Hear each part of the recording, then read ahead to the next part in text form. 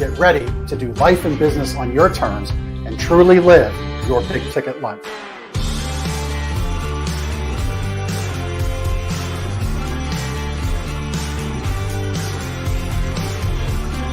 You either make excuses or you choose to level up.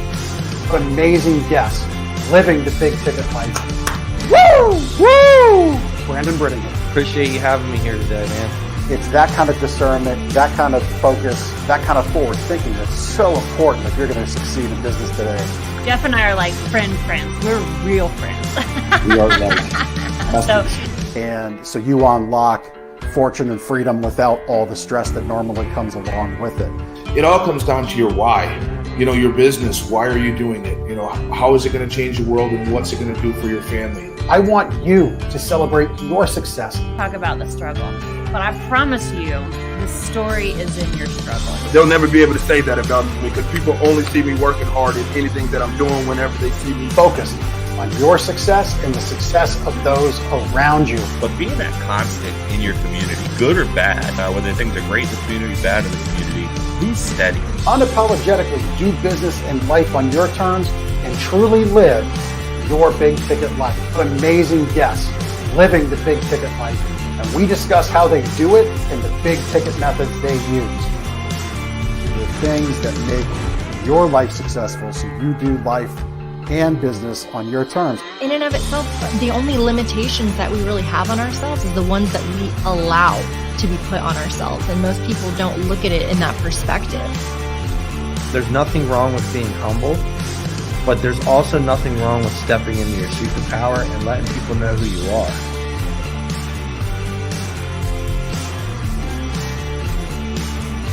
Get ready to do life and business on your terms and truly live your big ticket life.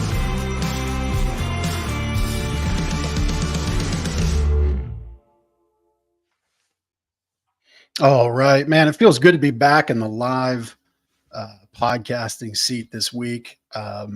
Anybody that's been following me on social media knows I've had a little bit of health issues also with the holidays. We had some pre-records. This is the first week back in the new year where I get to do 2 shows live each week that I do, one for my retail business, Lancaster Connects. And of course, you're watching the Big Ticket Life live here every Tuesday at noon, Facebook, LinkedIn, and YouTube. Give us a follow, share this show out, comment in the show. You can get some questions answered right away. Certainly appreciate you joining me. I've got a wonderful guest, Chad Harward, Pinpoint Management. Welcome to the show today. Appreciate you taking the time out. Thanks, Jeff. Excited to be here today. Thank you for having me. Yeah, I think we're going to have a jam out on a good conversation. You serve businesses, year-old, established businesses that at least have a year under their belt. They've kind of got out of that, that entrepreneur hustle, start their dream. They've got it cemented. They got their feet under them. They're off to the races, helping them, maybe just edge over that $1 million mark, get into that $1 million to $5 million range. So there's a lot we can talk about. That's a world that I've lived in, served for a number of years, and so excited to have this conversation. I thought we'd start, there was something that came into my, I don't know if I want to call it focus because it was on social media, but it was an interesting debate. And it was through the lens of restaurants and food costs. And, should you pay attention to food costs if you have price elasticity where your plate dollars, your margin dollars per plate, you're able to press that upper level ceiling of things. When, you always take dollars to the bank, right? You don't take margin to the bank. Mm-hmm. And I think that's something a lot of folks need to first understand. But, without biasing it with any more of my commentary, just with that what I've shared, let's have you kind of weigh in. Does it really matter, or are there other circumstances in which you can make up for that higher food cost? Yeah, great question. So, cost of goods sold are always a critical key if you got to know your math, which is a big point I wanted to really drive in today. Is the only math that really matters in business is your own math, which is where do I make maximum profit? We're not in business. We don't take this risk and this not only financial overhead, but emotional overhead to just pay bills. even to hire people, it's to make profit. And it often starts with, how well do I know those costs? And we've all seen, I work in multiple industries, construction, we've had supply chain issues. And now that looks like it's going to be, continue on and affect other industries like the restaurant industry. We have to know and factor all that in. And at the end of the day, I've got to be super aware of where my real costs are. And then I've got to be nimble, be able to pivot, knowing the only constant in business and life is change. And we've had tons of curveballs over the last 3-4 years between pandemics and inflation and recession. And I can't find enough help. And it's just, a myriad of things. So to your point, yeah, I think number one, know what my real costs are. So I'm not getting my margin chipped away as things, incrementally start ticking up, maximizing profit. So, I tell my clients, if you're getting 10 out of 10, bids, for example, or we're not getting any no's, then we probably need to raise prices, because we're probably leaving money on the table. So that would be the other side of that coin, I think. Yeah. Yeah. And to kind of close the loop on that example, and it's like, Chad, you're not in the restaurant business. You're in the business of helping business owners achieve their dreams. And you do that really focusing on data. I love how you said, your math is your math, and know it. I think that is one of the first big takeaways from our time today. That is so, so important. It's interesting because part of that same conversation, and these were two Facebook friends that started, battling it out on social media, which is never productive, but it was an appropriate lesson. And I think a lot of people who looked and chimed in and maybe paid attention, hopefully learned something. To me, I threw in a comment of, well, where it went is, yeah, but your margin on a $16 chicken sandwich versus a $58 steak plate is so much better margin wise. But again, margin doesn't go to the bank. And moreover, I don't know that somebody going for a $58 steak plate even cares about a chicken sandwich. Right. And in what place, if any, might it even have on the menu? And I think that was also an almost as appropriate lesson of know the audience, right? Like, know who you serve. And you touched on that with, if you're just flying through getting those yeses, yeah, test that elasticity of pricing and offering. And what is that ceiling? Maybe you think you're at it, but you're not your customer, right? Right. And you just have to have your finger on the pulse of that. Then it's really important, I think, that you build the model that works for you. Too many times, and I've fallen victim to this. Oh, I could do, websites. We could get off into these ancillary areas. And in the end, we start watering down and getting so far off the beaten path of where we make the most money with the least amount of effort. Sticking with your restaurant theme, I like In-N-Out Burger, for example. You got 3 choices. If you want one of these 3, this is the place for you. If you want anything else off that menu, you probably are in the wrong place. And they do a killer business because they can simplify their model. I didn't even know they had 2 other choices. I just thought it was a cheeseburger with fries, animal style, right? Like, I just thought that's what it was. Exactly. That's right. Pretty much boils down to that. Yeah. It's interesting. You brought up the construction example. I had someone who manufactured their own decking. And I said to them, we're in this moment in time. It really exploded in the last few years, but leading up to it, and this is when the conversation happened, I think it was like 16 or 17. I said, we're in this moment of like the she shed and the man cave and these defined spaces for, spouses at home. And I said, you make this decking, what's it cost to put in color into the decking? Like color as in sports team colors. Oh, it's minimal. I said, well, can you get it right? Like, can you get, like, I'm an Eagles fan. Can you get Eagles green? Yeah, we can do that. Okay. And you can get all the other colors right. Yeah. I said, well, there you go. There's a tremendous way to improve margin. And the reality is it was negligible in cost of goods, but the premium by which you could now charge for Eagles green, right? Whatever green that is. I don't know what the color spec number is, but a true fan knows it. Or to pay homage to our wonderful producer, Chris from Cast Ahead, who, by the way, if you need anything podcasting, is the guy to go to. His Lions, his Detroit Lions, which are on a tear right now. If you want Lions blue and silver, and so he ran with that and was able to really increase the retail of those decking boards 15 to 20%. And all the labor remained the same. The cost to sell the job remained the same. On the surface, I would argue, when you found that affinity of that diehard sports fan or NASCAR fan or whatever, you probably closed the duration of the sales process, because they're like, yeah, I'm in. I want that person, right? Absolutely. So those, let's maybe talk about those intangibles in business that don't necessarily show up on the balance sheet, like things that are special that business owners can do to connect and create that affinity. What are some things you do? Maybe if you got one or two things you'd like to kind of install in your playbook, let's jam on that for a little bit.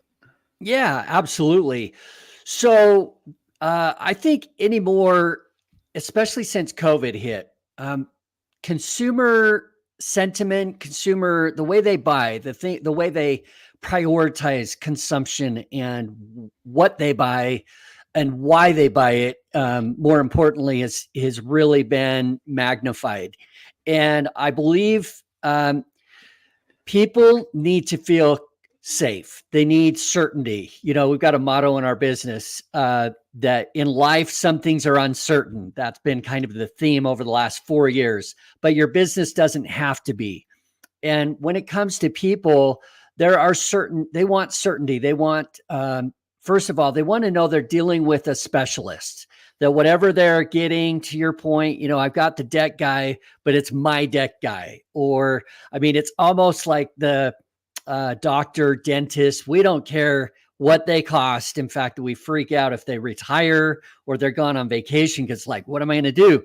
That's my guy. That's I don't care what the price is. And that's the sweet spot in any economy that you want to get into, that money is not the object. It's your brand. It's the experience. It's the feeling.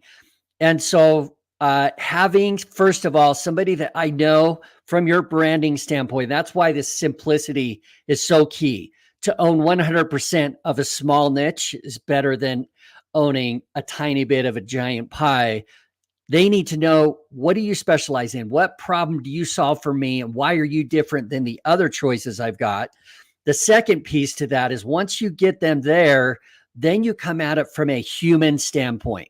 So we've revamped our whole marketing strategy the last 12 months, from features and benefits to what we do, to here's 5 different people that were exactly where you're at. They were losing sleep over their business for the exact same reasons, wondering if they're ever going to be able to retire, wonder if they are always going to be babysitting their employees. Can they ever go on a vacation and truly unplug from their business without taking their phone with them and losing sleep, wondering, what haven't I caught today? And they might as well be at work because their spouse says, yeah, you came, but you weren't with me. So those types of things, being able to solve connect with them on a human level. So that's my tip. I think that's revolutionized or a major shift in marketing, is to move away from all your widgets, all your bullet points of what you do, and really connect with your best client. What are they stressed about? What are they losing sleep about? Because they've always want to buy, they're buying change. They're buying, can you level me up? Can you reduce my stress? Can you make me feel amazing? And those emotional components have always been part of we always buy emotionally first and then defend it logically. But now since COVID, it requires us to lead with that. You got to lead with the human side of what you do and the problem you solve, and connect with them as, hey, I get you. I know where you're coming from. I felt that. We've got 20 other people that I talked to this week that are losing sleep for the same reason, or want to level up their personal confidence, or reduce their stress, or spend more time with their family because they're tired of watching their life and the more important things pass them by because their business runs them. That's a whole different context than, hey, here's a cool solution and here's 10 reasons why it will solve your problem. That to me has been a major noticeable shift in the economy and the market, and how people what moves the needle for them right now. Yeah. I mean, we'll unravel a lot of what you just said. I mean, one of the things that really stood out to me is mastering a niche and not having a slice of a giant pie. So one of the businesses that I own is a retail mattress store, Gardner's Mattress and More in Lancaster, Pennsylvania. You can Google it. You'll see our reputation. We stand out in the industry. We're leaders in our industry. We're a leader in our marketplace. And, you can check that out, and people who follow the show have, and we are that 100% of a niche. It's funny, the chicken sandwich would come up earlier because we explain to people, and my team, we say to people like, look, you come to us because you're looking to solve your sleep problems. You're looking to solve all the problems that are derived from poor sleep in life because you're sick of it. You're sick of not feeling well. You're sick of feeling unproductive. You understand that sleep's that third leg of the stool of a life well lived. Health, the healthy life is diet, exercise, and sleep. And honestly, with the new year, we've been saying a lot like, look, what we do here supports your New Year's resolutions, supports whatever you've carried over positive from last year. It continues. This is something that resets every night. And when you have one bad night, good sleep doesn't necessarily compound, but bad sleep does. Right. If you've slept good for a week, but then had a terrible night of sleep, you don't there's not a credit that carries over, right? It's not like a solar system with batteries where if it's a cloudy day for 3 days, you still got power. It doesn't work that way. Right. And so we really stress the power of sleep. And that's our purpose, is to make our community a better, more productive place. So you're happier. So you leave in the morning, not upset at your spouse, because, God forbid there's an accident on the way to work for both of you. And you were cranky in the morning because you didn't sleep good. You haven't slept good. And you maybe fired off something you weren't most proud of, or you said something bad to your kids you weren't most proud of. And now they're in school all day and they get a bad test score because of it. It really comes down to that. It comes down to that purpose and that human connection.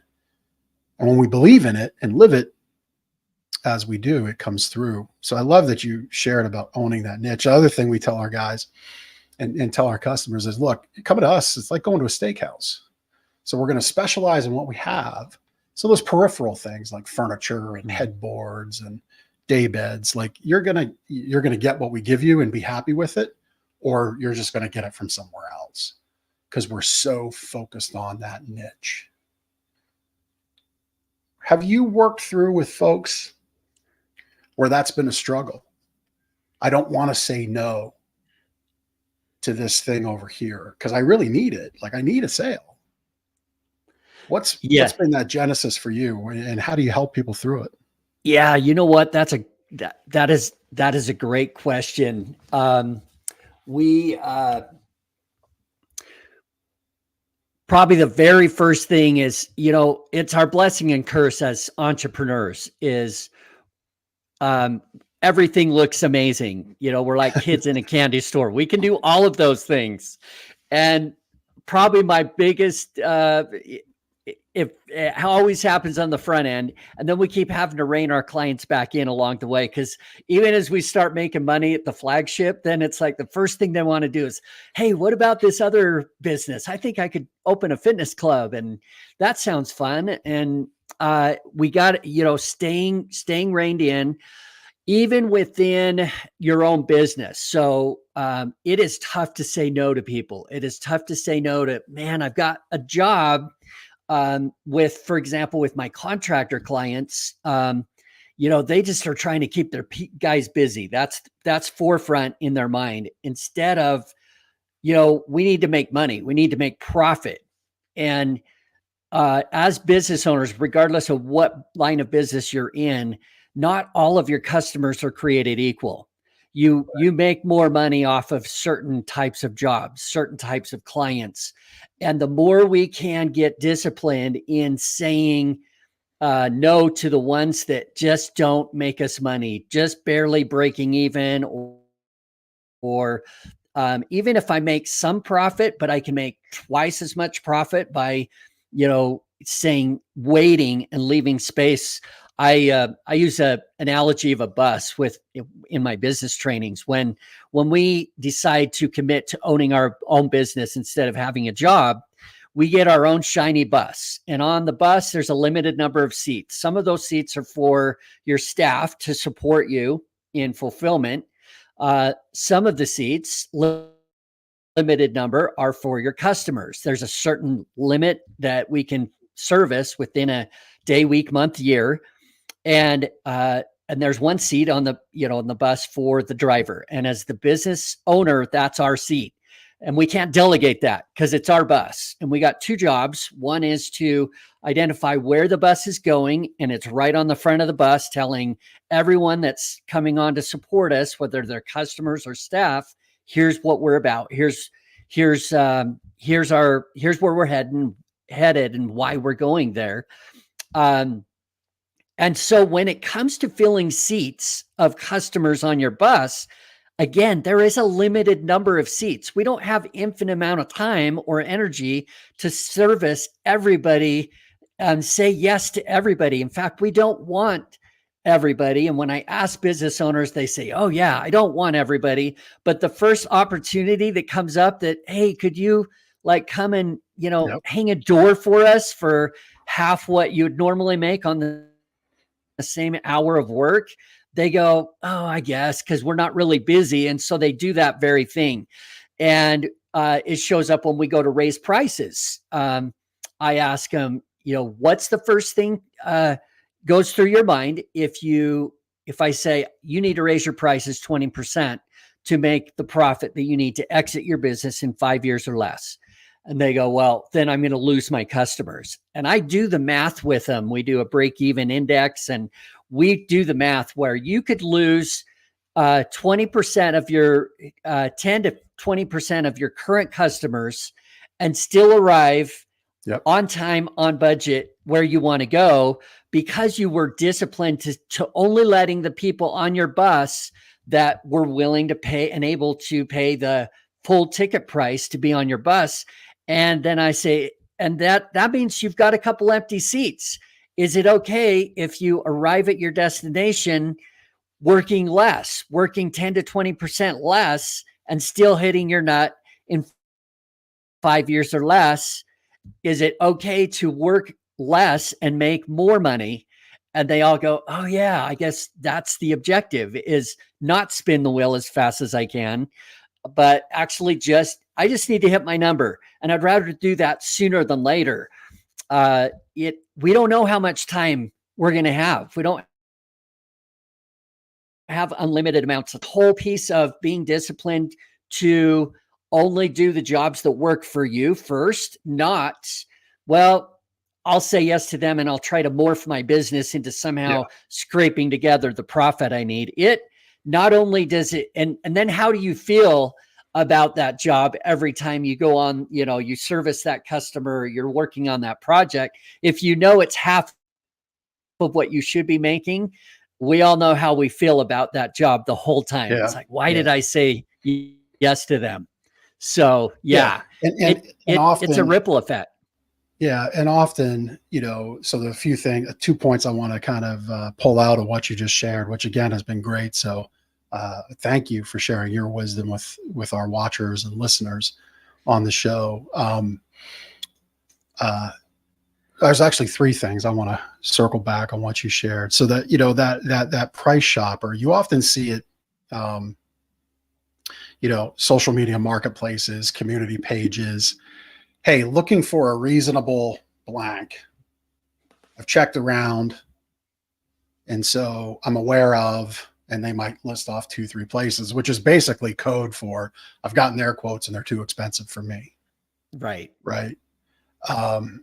Not every time. I rarely, I shouldn't say rarely. I try to not speak in absolutes, because that's not necessarily fair. I can't possibly know every situation, but most of the time that's the case. And so as you're identifying as a business owner, I'll share what we do in the retail store. And this is what I coach the folks that I work with. So, we have working for us, after 34 years in the county and 12 years of my co-ownership, we have a tremendous reputation and we have a tremendous referral machine. And so our languaging when greeting somebody is, did you happen to see our reviews, or who referred you? And, getting that out in some combination thereof. I don't dictate what we say every time, but we have those milestones, right? Those guideposts in the conversations. So asking if you've read our reviews, asking who referred you is a must. How you say it, I'm not so hung up on, but that's some intelligence. If somebody says, yeah, I read your reviews, I read like 5-6 of them, loved them. And like, yep, you were the place we came to first. Well, the next question isn't, well, let me show you this. Or it's not the next qualifying questions, which I don't even like that word qualifying, because it's like they're in front of you. They're a person and they want to fix their problem. That's qualification enough for now. What fixes that is, tell me what you loved about our reviews. What really stuck with you? Or the referral, if we get the name, it's like, hey, that fantastic. Actually, they were one of my guests. Or they were Chad's guest, or Phil's guest, or Drew's guest, whatever it might do. And if you don't know, we go back to the computer and we look, right? Because birds of a feather fly together, typically. Right. And so to me, that's where you start, like the social media example, the languaging example. That's where you start to separate like who these good customers are and aren't, because you can't always know. And so what do you see? What are some tips there for people so they can discern, I shouldn't be hanging that door for half price? Oh, the last point, specifically to the contracting world, I can't imagine there's not a builder that, if you're going to lose money or break even, go at least do sales generating efforts, right? And so if you're a fencing contractor, I've got a good friend I've made in the last year, Dave Gatto from Future Solutions. Like, to me, to not sell in to a $9,000, $15,000, $30,000 fence job, an annual or a lifetime offering it, we'll come inspect. First 2 years of our work is guaranteed labor. You pay for parts. So that means if your kid throws a baseball through the vinyl picket on a cold day and breaks it, you pay for the picket. We'll come out and fix it. Now, of course, you can manage that when you're in the neighborhood, right? HVAC, like filters are cheap, man. But 3 times a year, you ought to be, or 4 times a year, quarterly, you ought to be changing those things, right? Especially if you got 4 seasons. Yep. So if you're going to lose money, if you're going to lose your profit to keep your people busy, keep them busy getting in front of your customers. If you're an HVAC person getting in your customer's home 4 times a year with free filters for $99 a year, or, and inspections or whatever, however you want to mold that offer, that's the kind of thing you should be doing, in my opinion. Because if you're going to forego your profit and forego operating cash flow just to meet payroll, well, at least meet it with money producing actions. I'll turn it over to you. Yeah, I love that. It really comes down to, that's what we call a loss leader. And you just plan on losing money on that. But the upside of it is, it pays off dividends, where there's something you can give them that, like the filter example, doesn't cost you anything. And then, our guys will, then you package that into a maintenance program and you educate them on, hey, you know what, us coming around every 3 months to make sure, you don't need to worry about doing, figuring out where the filter is or going out and getting filters. We will take care of that for you. And we will clean it all out so that you don't, there's two big wins to you, Mr. Customer, is you don't have to worry about it. And second, we save you thousands of dollars on the front end by proactively taking care and looking at that. So you can just live your life worrying. You don't need to worry about, a furnace. You shouldn't have to worry about that. That's our job. And to your point, packaging things that have perceived value. I use examples of vehicles that cost $120,000 or a vehicle that costs $10,000. Both of them will get you from point A to point B, but somehow there's perceived value difference to the tune of $110,000 that has nothing to do with driving the car from point A to point B, obviously. And somebody's willing to drop that, on the table because it's largely emotional. If I feel different in the $120,000 car than I do the $10,000. And you know what? That can often be enough. That's the only reason we're all very loyal to our brands, even $2 tubes of toothpaste, because we're sure that what's in our toothpaste makes my teeth whiter than the other brand. Even though if you look at ingredients, they've all got the exact same ingredients. It's just packaging and my brand loyalty. So you can use that so first of all, perception is reality in business and in marketing. So as business owners, we can package that. That's why it's so critical to know the emotional dynamic of our clients, knowing what makes them tick, what matters to them, because we'll pay all kinds of convenience fees and donate billions of dollars a year to charities and causes that we don't get anything material for. It's all a feeling and because it makes me feel good, and that's what's important to me. And the dollar amount is relative. By the same token, it can be $100 that was the worst $100 I've ever spent if it doesn't line up with something that was really that moved the needle from a value standpoint for me. And so huge opportunity there for us as business owners to look at what you do, because often when I'm working with a business owner, they're usually doing amazing things for their clients to keep loyalty, to have retention, just to do good business. And it's like, you could charge extra for that. Like you've got 3 levels of service here and you don't realize it, that they will just like, I'd like the suite at the hotel. There's a room here. But I want the one on the top floor facing the city.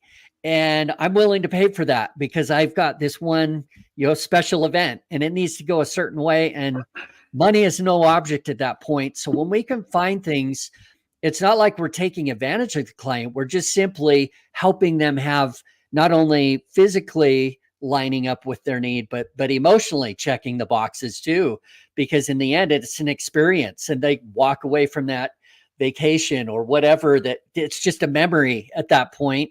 It's like, man, that was the best money I've ever spent. We'll talk about that for years. That was totally worth paying a premium for what we did. So lots of opportunities there. Yeah. I mean, again, we're kind of jamming out here, mind melding and really in the same lane of things and thought of running business, in our retail business. Experience is everything, like the folks that I counsel specifically in that industry, I say, look, if you're going to compete on price, if that's your value prop, you can try. You are up against some incredible competition. Amazon, Walmart, club stores. I mean, even Costco shopping at Costco is at least an experience. You go around and you get the little food samples as you go around, and then you get your $1.50 hot dog. And it's a little experience in and of itself. You want to compete with that. I see retailers now, and it's expensive. I know it's expensive. We're going through it right now. My business partner today is on the delivery truck today because we had to let go of our lead delivery driver. Just was no longer congruent with our culture. It's expensive. I've done the math. It costs us about $3,400 a week to run our delivery truck, all in: lease payment, fuel, payroll, taxes, benefits. So I know the math. And so, I mean, we offset that by charging for delivery, but not every week do we cover that. And so everything that our customers do and get in an experience, they pay for, and they pay for with our margin. Now, we don't rip people off. The value, actually, again, people go to our reviews. It's funny because I know we don't compete on price, and yet people often talk about value. Two different things, right? And so I'll have you go into that, the value price and the difference between the two in the customer's mind. But everything we do, our customers essentially pay for in the margin that we get, because we reinvest that into their experience. We have it's from Scent Air. It's the same aroma therapy, aroma sensory experience that's like in the casinos, right? We have that. We've got music that we've actually licensed, which anybody playing music in a brick and mortar establishment really ought to be checking this out, because as the music industry continues to turn and that world turns, they're looking for every dime they possibly can get. So if you're just playing Spotify through your phone in your commercial business without a proper license, that is a blind spot if you're not aware of it. I share that because within that music license, we also have marketing messages that play through and reinforce why they're in our business. Okay, it's not all the time, but every 6 to 8 songs I think it comes up. So there's experience there. There's gifts when you leave, because you spend a $10,000 investment with us on a mattress. I feel bad just giving you a sheet of paper on an invoice, right? We got to carry over that joy. And actually I look like genius right now, because we've long been doing the really cool color True Flask like water cups, right? Like the Stanley mugs that are all the rage right now for $150. Right. Well, we give you 2 of those. So like right now, the value of that, and customers have been saying it as of late, they're like, wow, this is fantastic. I was going to go buy one of these. I can give this to my kid and save $150. And so everything we do, essentially our guests, they do invest in, but we give it back. There's gifts after the sale. We give it back. And that's that difference of value and price. So again, as we look to wrap up, I know you have an event coming up. So let's talk about value and price, and then let's talk about your event in April coming up and what people will get out of that. Absolutely. Yeah. So value price, man, that's where the rubber meets the road on how successful we are financially and how much we can attract and retain the people on our bus that they're excited about doing business with us versus the myriad of choices out there. And the real difference is when you look at value, it really boils down to knowing what are people emotionally willing and willing to pay for. What problem do we solve? How do we make them feel? Reputation, convenience, lowers my stress. You think for me. It makes me feel better about myself, whatever those things are. Flexibility. Those are the things that those are the other things beyond just the widget that they're buying, the material. There's the human packaging there.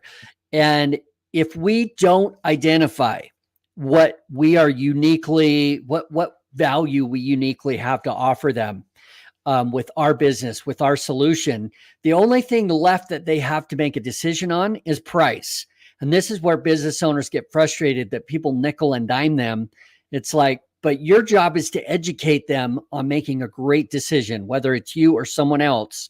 Have you identified the value propositions that matter to them and how you deliver on that? If you don't, and it's just, well, we have the grit, we've got the lowest price, best service, best quality, which, by the way, they already know you can't do all three of those. So you'll scare them off. Secondly, to your point, Grandpa had that sign hanging up in his garage. yeah, it's just not true. And there can only be one low price leader, like you mentioned. It's a race to the bottom. I don't want that model. So in the end, you can't use the age old three, but let's say your niche and your value is, we've got an amazing service program. And for example, our quarterly maintenance program, where we'll come in and take care of, X, Y, and Z for you. And we also do these things and provide you monthly information on the value of the current value of the project that we built or whatever, and how to maintain that. All of these things are value adds, and those things I'm willing to pay for. If otherwise, it turns into a commodity. When it's just about price, it means, okay, then the low price wins. And I've had people lose $20,000 jobs over $100 different in the bid. And they're thinking, well, they nickel and dime me. It's like, no, you didn't communicate at least another $100 worth of value to them. Yeah. They're not going to not do business with you for $100 on a big ticket item like that. And a lot of times that's where we go. So again, looking in the mirror here, the bus driver's job is to also open and close the door and let whoever, they're in charge of who gets on the bus. And when it comes down to customers, so if you've got that 80-20 customer that is giving you 20% of your, customers give you 80% of your headaches and problems, somebody let them on the bus, and that would be the driver. At some point you said yes. And we got to make sure we know the difference of whose role is what in this relationship.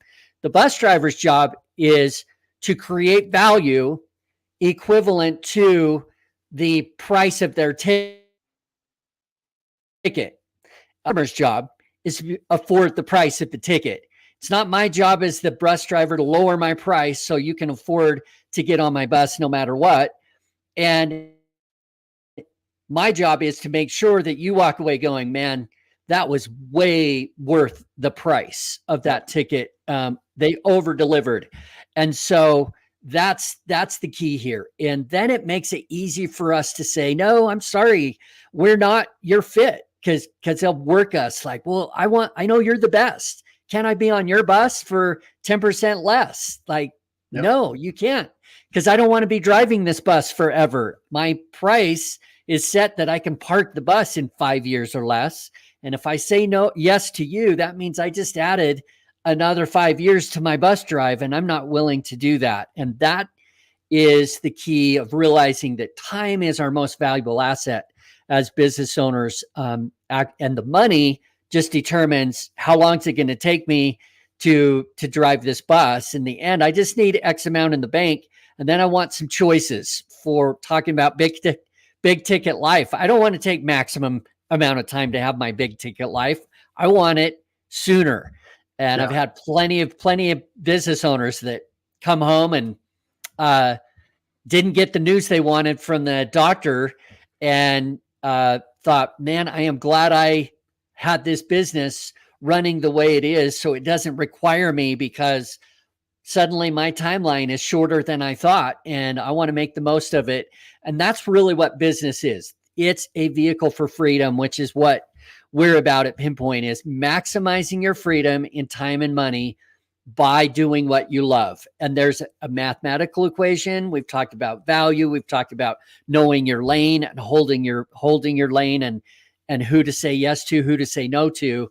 And all of that drives to, you should get payoff for taking on all the emotional and financial risk and working that equity, that you should get a payoff in maximum time and money freedom on the backside of your business. So absolutely.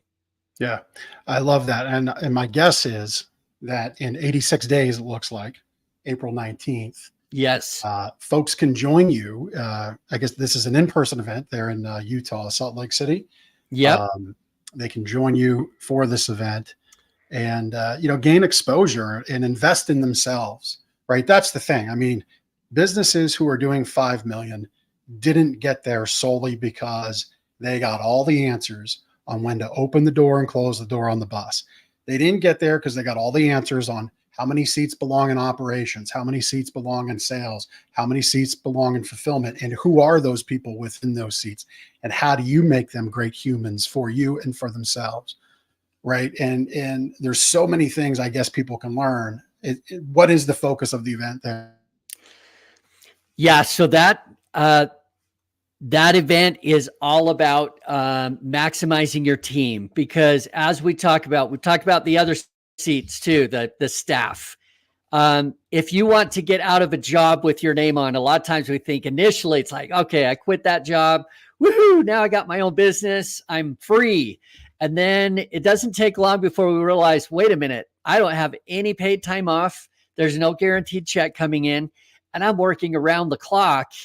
That's not what I wanted this, entrepreneurial journey to be. So we've got to add people at some point to leverage time, because you've got, finite amount of time.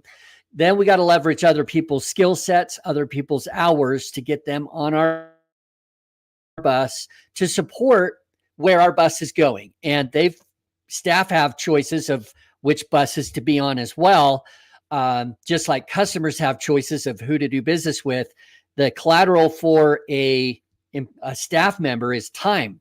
Like, I've got so many years in my life, and where I'm choosing to donate my skills and my time that I'm never going to get back. Is your bus the best choice for that, or is it someone else's? So we've got to follow that same formula of finding out what's important to that person. Why would they support me and my vision and my bus versus the infinite number of other choices they've got out there that they're more than qualified for?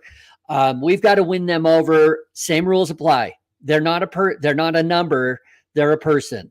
And we identify, hey, here's where you fit perfectly on our bus. From an emotional standpoint, you are exactly the type of person that feeds, that endorses our culture. And this is the difference we make because of what we do. These are the lives we change. This is the difference you'll make by offering your skill sets. And so this summit, Effective Leadership, is all about our own way as business owners. How do we trust our people? How do we level them up? How do we have systems and processes setting them up to win? Back in this last thriving economy, back to the contractor example, we had another issue where it's like, man, we're so busy, and they resorted to what I call throwing people at problems at that point. We're so busy. I don't have a training program. I don't even have time to train them, but just get more people, and it'll work out. We'll figure it out as we go. And all they did was burn a lot of payroll overhead. So it's about knowing what to do with the people when you get them. Are they set up to win? Are there measurements? Do they know their role?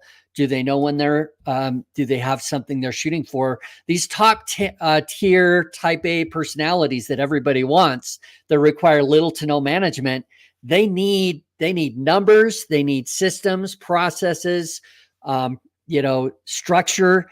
And it's like breathing. That's like air to those types of people. Yeah. And the minute you show, well, we're figuring this out as we go, you'll figure it out.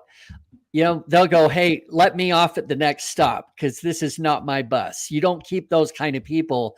Who you will keep are the people that are willing to just sit and write and collect a paycheck and not contribute.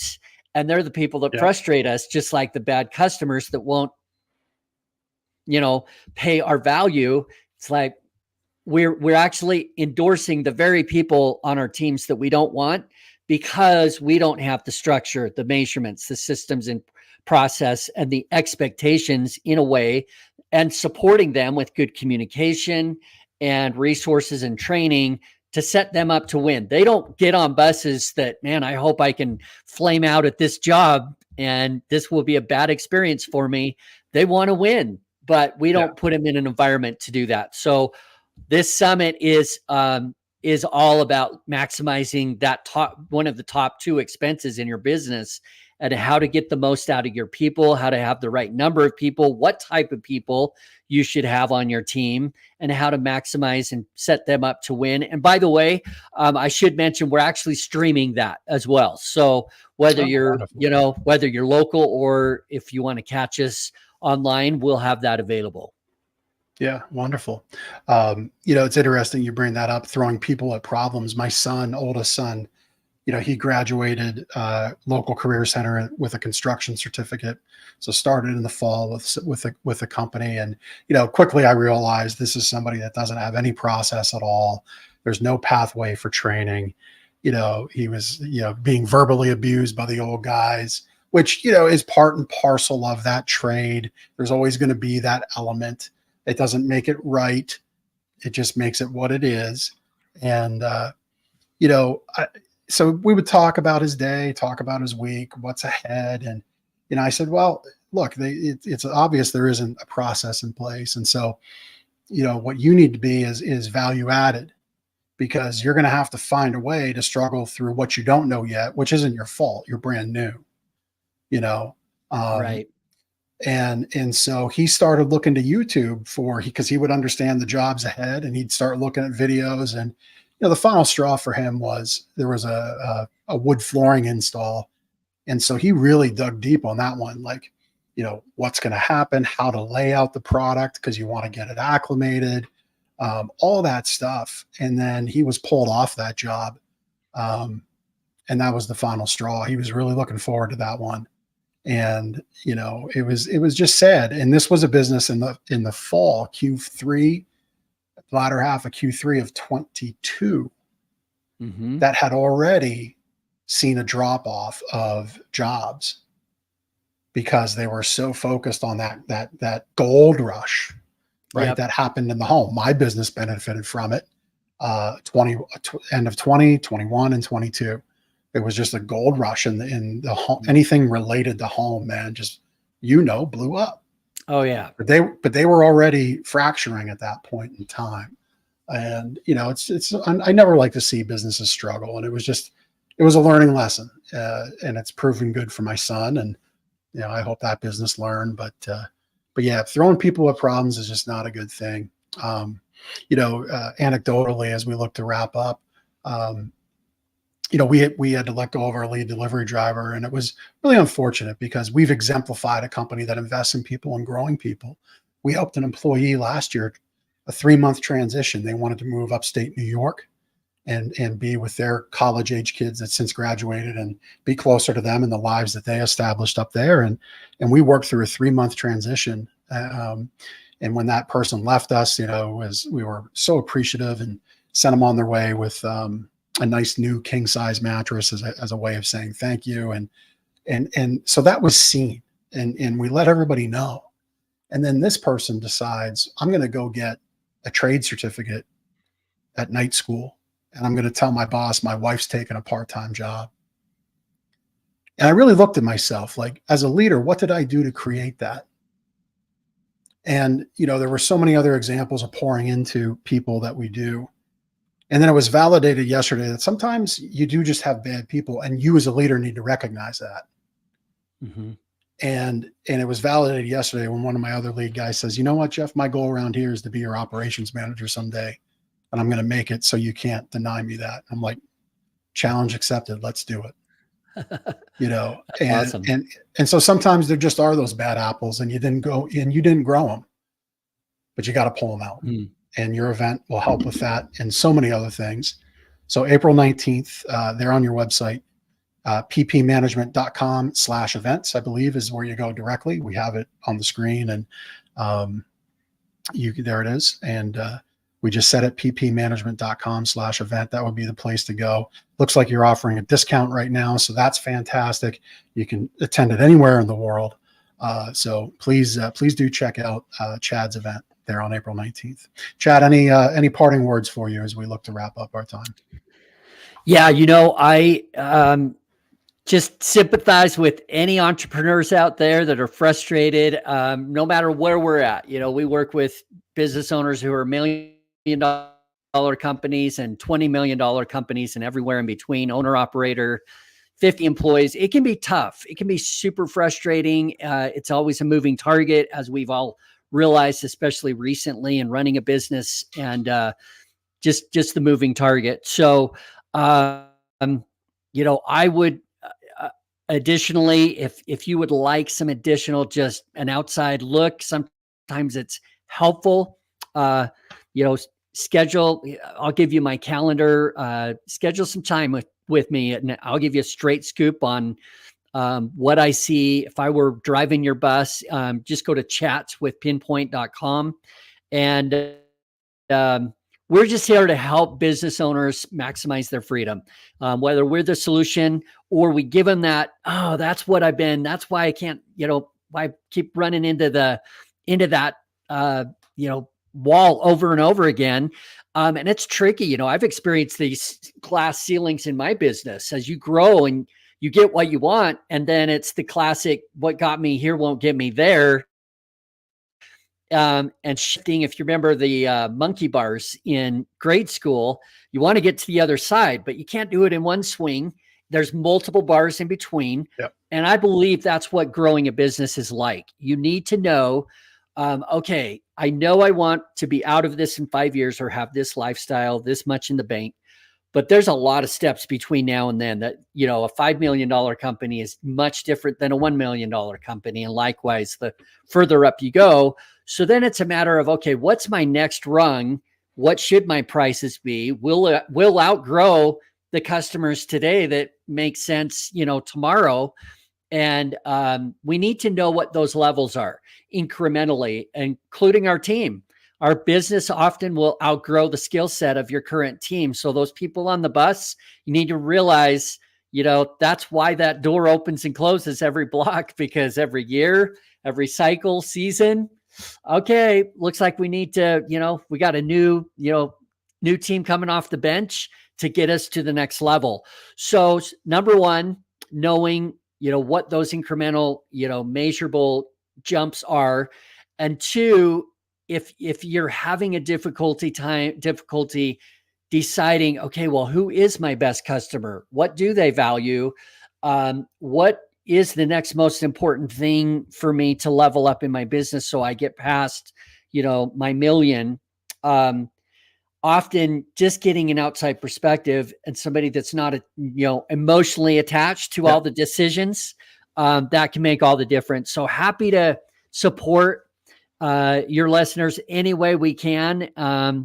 And just, again, super grateful for the opportunity, Jeff, to be out here. We're just very passionate about helping businesses as you are. And thanks for letting us be, part of what you've built, and super excited and willing to help anybody we can.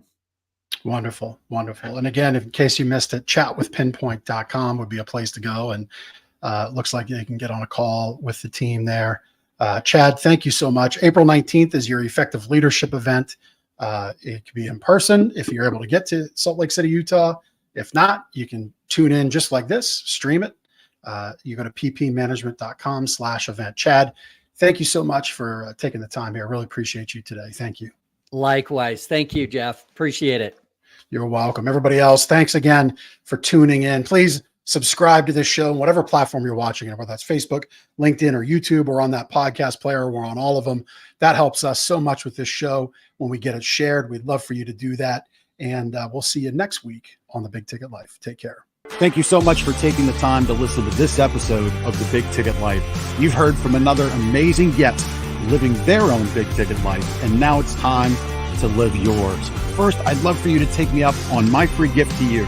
Claim your gift at gift.thebigticketlife.live. That's gift gift.thebigticketlife.live. See, all your life you've been told what is and what isn't possible by the loudest voices from the cheapest seats.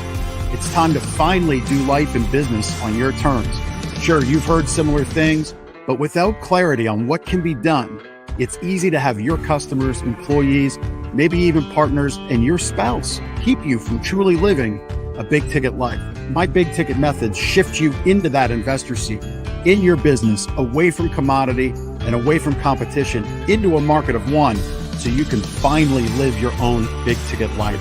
So my gift to you is for you to book your discovery call today, where we'll uncover first the Chivo behaviors, those chief everything officer behaviors that hold you back, and why moving into the investor seat in your own business is critical.